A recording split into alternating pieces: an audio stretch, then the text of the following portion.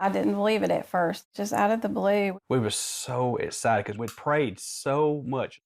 The news had come as a surprise to DeAnna and Lee Mork. They were pregnant.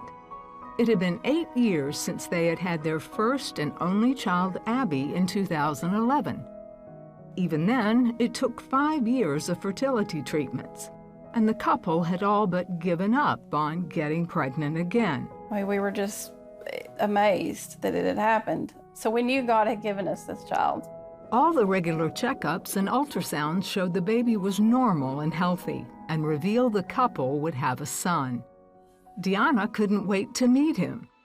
Lee, however, felt something wasn't right.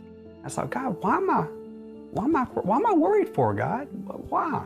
I know God says what I start, I'm going to finish. I shouldn't have any worry. But then it started me praying. Then, at 40 weeks, DeAnna had no signs of labor, and doctors decided to induce. On the way to the hospital, Lee decided to share his concerns with DeAnna. He said that he had just been having these feelings that something was going to happen to me. And I kept telling him everything will be fine. After DeAnna was induced, Lee's concerns became a reality. After 4 hours of labor, she still hadn't progressed. I felt like something tore, and I was having this unbearable pain. My blood pressure dropped, and I was throwing up in the garbage can. It was horrible. Now, both DeAnna and the baby were in trouble. DeAnna was rushed in for an emergency C-section. I was so worried about Jack, and I was in so much pain. At one point, I worried, am I going to make it through this? Everything that I had been afraid of was happening right here. I knew Jack was going to be okay, but I was really worried I was about to lose my wife. As Lee waited outside the operating room praying, he called on family and church friends to pray. I see people start running down the hall with equipment. I cried out to God and screamed, God, please, you've promised me. You told me it's going to be okay. You said what you start, you'll finish. Finally, DeAnna was out of surgery. Her uterus had ruptured and she had lost a lot of blood, but she was okay. The baby they'd named Jack was not. When he was born, his heart wasn't beating. He was unresponsive. It had taken the staff 23 minutes to revive the newborn, who weighed in at 11 pounds.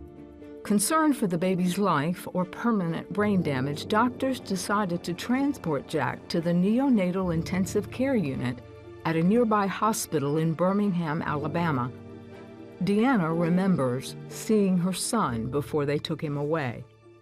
They rolled him up in this little clear box to the side of the bed, and I got to rub the back of his little hand before they took him away, and that was all I saw. I went in the room, and he's got the tube and all this, and I said, Jack. He turned and he looked at me, and he grabbed my finger. I knew he was going to be okay right there. At Grandview Hospital, doctors put Jack on cooling therapy to prevent further brain damage. They gave the couple little hope. Even if he does live, there's a strong chance he's going to have brain damage, cerebral palsy or developmental problems. We didn't get to hold him for 10 days. He was hooked up to, so many wires. It was overwhelming, just overwhelming. After 2 weeks, baby Jack was breathing on his own, but was largely unresponsive and wasn't eating. You worry about your child's future. What kind of life will they be able to live? Everybody around you is telling you how serious it really was. It really tests your face because you hear one thing from God, but I'm seeing another thing there. By now, a groundswell of prayer on social media had gone global. Meanwhile, doctors performed a second EEG and MRI. The results were hopeful, as they showed no brain damage. Still, Jack wasn't eating and had problems with his GI tract. We asked God to heal him, and we just kept praying that. I'm like, God, he's alive, and I know he saved him, but I want him to be whole. Then, a sign of hope. After spending Thanksgiving in the NICU, Lee and DeAnna began to pray for a Christmas homecoming. Jack was improving, but doctors wanted all his medical issues resolved before he was discharged. By Christmas Eve, however, they'd changed their minds and sent Jack home. That was the best Christmas ever. The best Christmas gift anyone could ever give me. DeAnna and Lee knew it was still a waiting game. The doctor still said that he may have a lot of developmental issues, cerebral palsy. Follow-up appointments with Jack's neurologist revealed a different story. One by one, Jack met every developmental milestone. He was just amazed. He was like, you have a miracle baby. There's no explanation for this other than he's a miracle. 3 years later, You wouldn't know now that he was basically dead for 23 minutes because he's so strong and healthy and happy. None of the things happened that they thought could happen.